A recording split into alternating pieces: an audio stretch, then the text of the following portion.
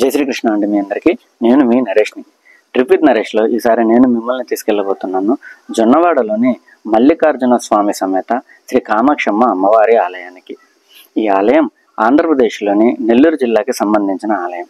అలాగే ఈ ఆలయాన్ని చేరుకునే దానికి పబ్లిక్ అండ్ ప్రైవేట్ ట్రాన్స్పోర్ట్ రెండు కూడా అవైలబుల్ ఉన్నాయి. ఇది నెల్లూరు జిల్లా నుంచి సుమారు 10 నుంచి 20 కిలోమీటర్ల దూరంలో అయితే కలదు.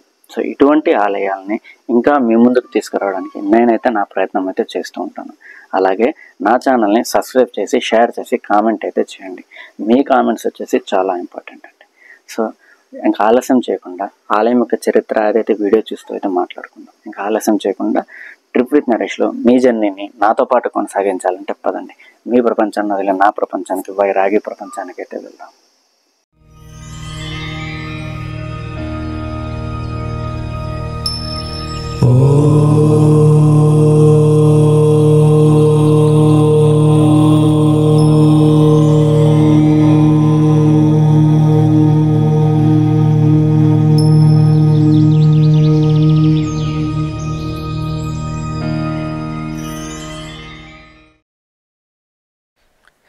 ఇప్పుడైతే నా ప్రయాణం నవనరసింహస్వామి క్షేత్రానికి సంబంధించిన పెంచులకోన ఆలయానికి.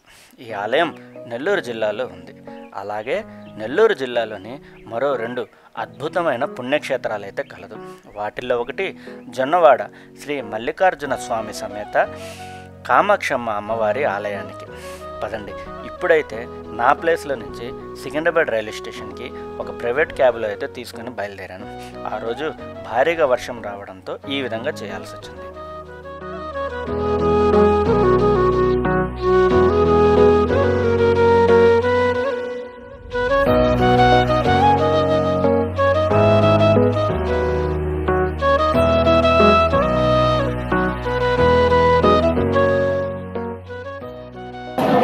ఇప్పుడే సికింద్రాబాద్లో అయితే దిగాము.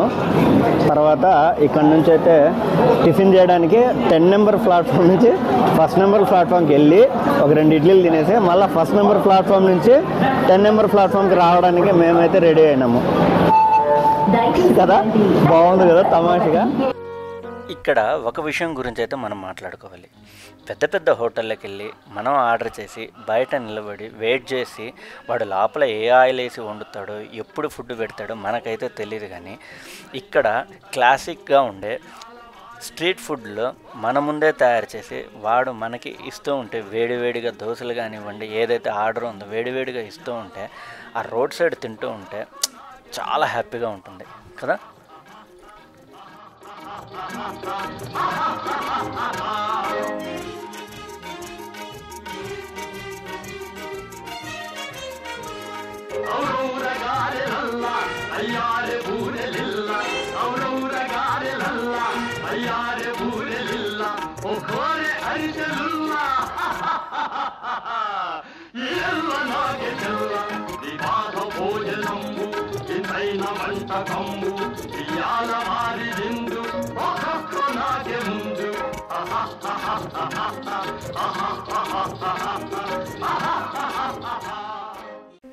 ఆ విధంగా స్ట్రీట్ ఫుడ్ని ఎంజాయ్ చేస్తూ తిని మళ్ళీ తిరిగి మా ప్లాట్ఫామ్ మీదకి వస్తూ ఈ పైన నుంచి తీసిన వీడియో ఇదైతే నేను ఫస్ట్ టైం సికింద్రాబాద్ రైల్వే స్టేషన్ని పైన నుంచి వీడియో అయితే తీయడం జరిగింది. బాగుంది కదా.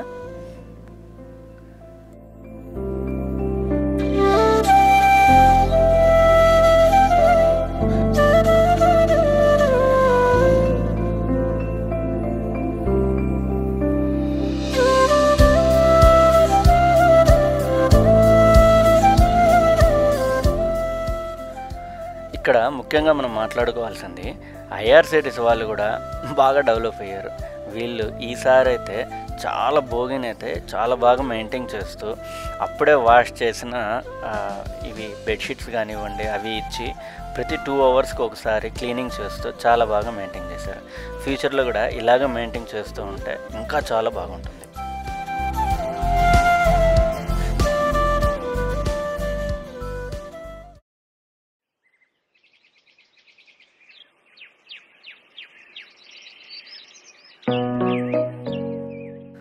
అలాగే వచ్చిపోయే ట్రైన్లు చూస్తూ ఆ ప్రకృతి అందాలను ఆస్వాదిస్తూ ఎప్పుడెప్పుడు దిగుతామా అని చెప్పేసి నేను ఎదురు చూస్తూ ఆ నిరీక్షణతో ట్రైన్ జర్నీ అయితే సాగింది.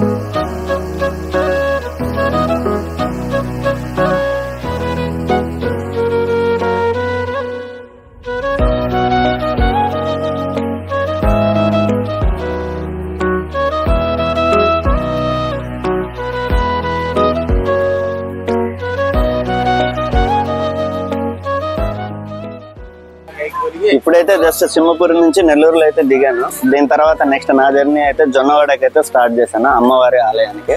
అక్కడికి వెళ్ళిన తర్వాత అక్కడ ఆలయ విశేషాల గురించి కానివ్వండి ఏదైనా కానీ మనం అక్కడికి వెళ్ళిన తర్వాత అయితే మాట్లాడుకుందాం. ఓకేనా, బాయ్.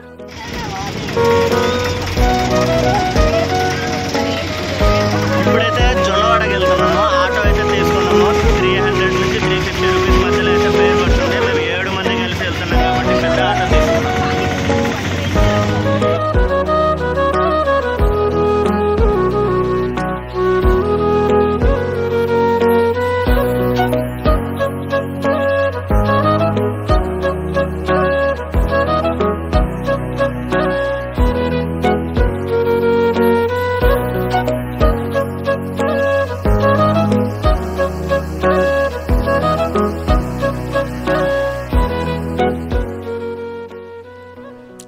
ఆ విధంగా ఆటో ప్రయాణం చేస్తూ వచ్చిన మేము ఈ పెన్నా నది బ్రిడ్జి మీద నుంచి ఆ కనపడేది నరసింహస్వామి ఆలయము, అలాగే ఈ బ్రిడ్జి మీద నుంచి జొన్నవాడ ఆలయానికైతే చేరుకున్నాం. ఇప్పుడు మీకు కనపడేది జొన్నవాడ కామాక్షమ్మ వారి ఆలయానికి ప్రవేశ ద్వారం. మనం ఆటోలో తీసుకున్నవి ఇక్కడ వరకే వస్తాయి. ఇక్కడ నుంచి మనం నడిచి వెళ్ళాల్సి వస్తుంది.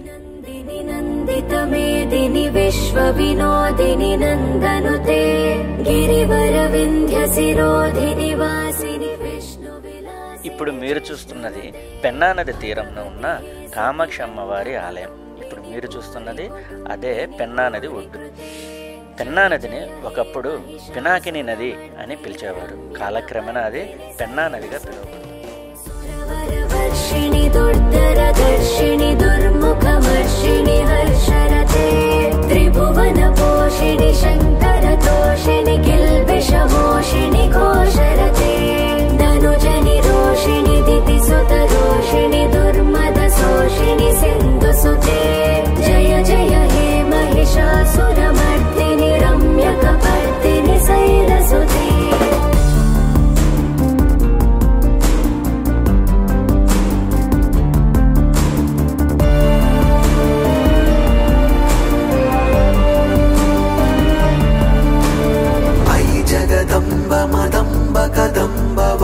प्रियवासिनि हासरते शिखरि शिरोमणि तुंग हिमालय शृंगनि चालय मज्जगते मधु मधुरे मधुकैटभ गंजिनि कैटभ भंजिनि रासरते जय जय हे महिषासुरमर्दिनि रम्यकपर्दिनि. ఇప్పుడు మీరు చూస్తున్నది జొన్నవాడకి సంబంధించిన శ్రీ మల్లికార్జున స్వామి సమేత కామాక్షమ్మ వారి ఆలయానికి ముఖ్య ప్రవేశమైన ద్వారం.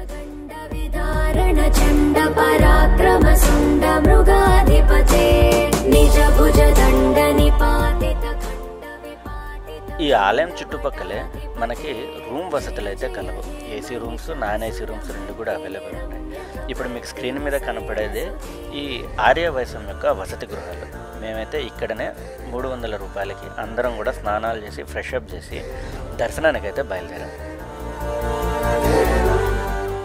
ఇక్కడ ముఖ్యంగా మనం నెల్లూరు గురించి మాట్లాడుకోవాల్సింది ఏంటంటే టిఫిన్స్ ఎంతో రుచికరంగా ఉంటాయి. అలాగే ఇక్కడ ప్లేస్లో కూడాను 20 రూపాయలకి 4 ఇడ్లీలు, 20 రూపాయలకి 4 వడలు, 20 రూపాయలకి 4 బోండాలు ఇలా ఉండడంతో మేమైతే విచ్చలవిడిగా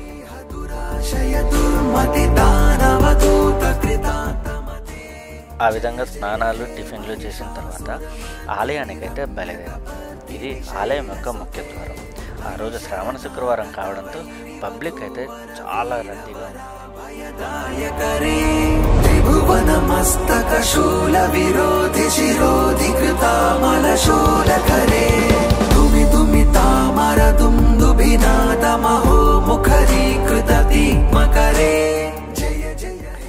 ఇక్కడైతే అమ్మవారిని దర్శించడానికి టికెట్ అయితే తీసుకోవాల్సి వస్తుంది.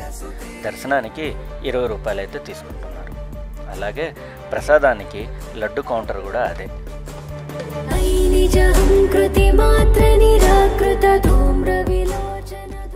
ఎంతో ప్రాచీనమైన ఈ ఆలయం అలనాటి కట్టడాలతో మనల్ని ఆధ్యాత్మికం వైపు నడిపిస్తుంది.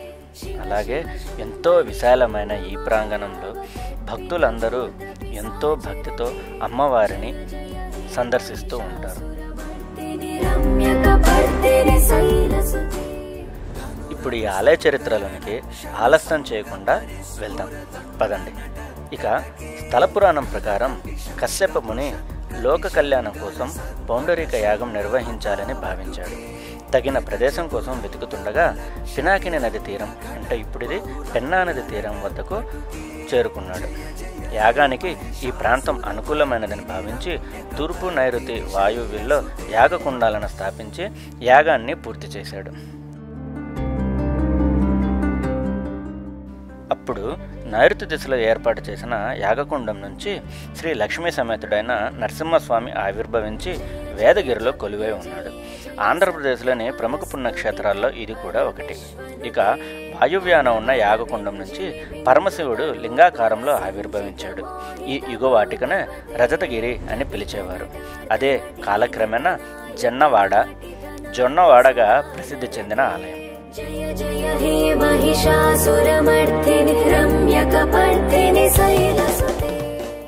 అప్పుడు కైలాసంలో శివుడు కనబడకపోవడంతో పార్వతీదేవి కంగారు పడింది. తన మనోనేత్రంతో జరిగినది తెలుసుకుని శివుడు ఉన్న చోటే తనకే కైలాసమని పేర్కొంటూ ఈ జొన్నవాడకు వచ్చి కొలువై ఉంది. కాలక్రమంలో పినాకిని నది వరదలలో మునిగిపోయి ఈ ప్రదేశం బీళ్లుగా మారింది. అటుపై మనుమసిద్ధిరాజులు హయాంలో ఈ ఆలయం పూర్వవైభవాన్ని సంతరించుకుందని తెలుస్తుంది. ముఖ్యంగా ఈ నది తీరంలో ఉన్న పెనుబల్లి గ్రామస్తులకు అమ్మవారి విగ్రహం దొరుకుతుంది. తమకు గంగమ్మ తల్లి దొరికిందని సంబరాలు పడుతూ దానికి పూజలు చేశారు. అటుపై ఈ విగ్రహాన్ని ప్రస్తుతం మల్లికార్జునుడు ఉన్న దేవాలయంలో ప్రతిష్ఠించడం అయితే జరిగింది. ఇదిలా ఉండగా ఆలయంలో అమ్మవారికి స్థానికులు అప్పట్లో మాంసాహారం నైవేద్యంగా ఇచ్చేవారు. ఈ ఆహారానికి అలవాటు పడ్డ అమ్మవారు రాత్రి సమయంలో పశువులను తినేది అని చెప్పేసి ఒక చరిత్ర. దేశ పర్యటనలో భాగంగా ఇక్కడికి వచ్చిన ఆదిశంకరాచార్యులు ఈ విషయం తెలిసి ఒకరోజు రాత్రి దేవాలయంలో పడుకుంటాడు. అర్ధరాత్రి బయటకు వెళుతున్న అమ్మవారిని ఆపి అనేక విధములుగా ప్రార్థించి అమ్మవారిని శాంతింపజేస్తాడు. అటుపై తన శక్తిని అంతటిని ధారపోసి ఒక శ్రీచక్రాన్ని అమ్మవారి పాదాల చెంత ప్రతిష్ఠింపజేస్తాడు. అటుపై భక్తులు కోరికలు తీర్చే కల్పవల్లిగా మారాలని వరం కోరుతాడు. అప్పటి నుంచి అమ్మవారు కామాక్షిగా భక్తులతో నీరాజనం అందుకుంటూ ఉంటుంది.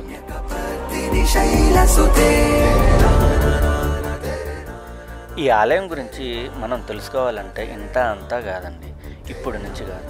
ద్వాపర యుగంలో ఇంద్రుడు సపర్వుడనే రాక్షసుడి వల్ల తన పదవిని కోల్పోతాడు. అటుపై నారదుడిని సూచన మేరకు ఈ క్షేత్రంలో అమ్మవారిని సందర్శిస్తాడు. ఆమె చల్లని చూపు వల్ల తిరిగి ఇంద్రుడికి పదవి అయితే దొరుకుతుంది.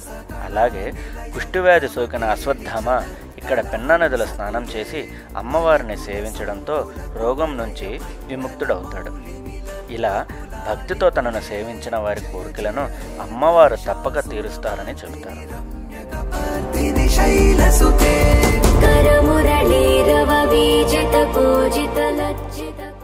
ఈ ఆలయానికి ఇంకొక ముఖ్యమైన ప్రాముఖ్యత ఉంది. సంతానం లేనివారు ఇక్కడ నిద్రిస్తే వెంటనే వారికి పిల్లలు పుడతారని వేల ఏళ్లుగా నమ్ముతున్నారు. అదే సమయంలో ఈ దేవాలయంలో ప్రసాదంగా ఇచ్చే కోడి ముద్దలను స్వీకరించడానికి సంతానం లేనివారు బారులు తీరుతుంటారు. కామాక్షి తల్లికి జరిపే బ్రహ్మోత్సవాల సందర్భంగా ధ్వజారోహణ నిర్వహిస్తారు. ఆ సమయంలో బియ్యం పెసరపప్పుతో చేసిన ప్రసాదాన్ని ఇక్కడ ఉన్న దేవతలకు నైవేద్యంగా ఇస్తారు. దానిని ప్రసాదంగా భక్తులకు పంచుతారు. దానినే కోడి ముద్ద అని అంటారు. ప్రపంచంలో ఎక్కడా లేని విధంగా ఇక్కడ పూజలు జరుగుతూ ఉంటాయి. అవేదో తెలుసుకుందాం. ప్రపంచంలో ఏ ఆలయంలోనూ జరగని నవావరణ పూజ అమ్మవారికి, అలాగే మల్లికార్జున స్వామి వారికి సహస్రనామం పూజ ఎక్కడ జరపరు, ఒక్క ఈ ఆలయంలో తప్ప. సాక్షాత్తు వేదవ్యాసుడు ఈ దేవాలయంలో పూజారులకు దర్శనమిచ్చి వేదాల్లోని సారమంతా క్రోడీకరించి ఈ సహస్రనామాలను ఉపదేశించాడని ప్రతీతి.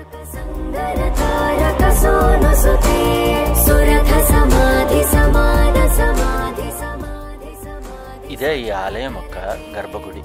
ఈ ఆలయంలో మొదటగా మనకు కనపడేది గణపతి స్వామివారు, అలాగే వల్లి దేవసేనలతో సుబ్రహ్మణ్య స్వామివారు, విగ్రహ ప్రతిష్టాపన చేసిన ఆదిశంకరాచార్యుల వారు, అలాగే మల్లికార్జున స్వామివారు, అలాగే కామాక్షి అమ్మవారు. కైలాసం నుంచి మొదటగా పాదం మోపిన ఇంతటి పుణ్యక్షేత్రాన్ని మీరు కూడా దర్శించి ఈ స్వామివారి యొక్క ఆశీర్వాదాలు పొందగలరని భావిస్తున్నాను.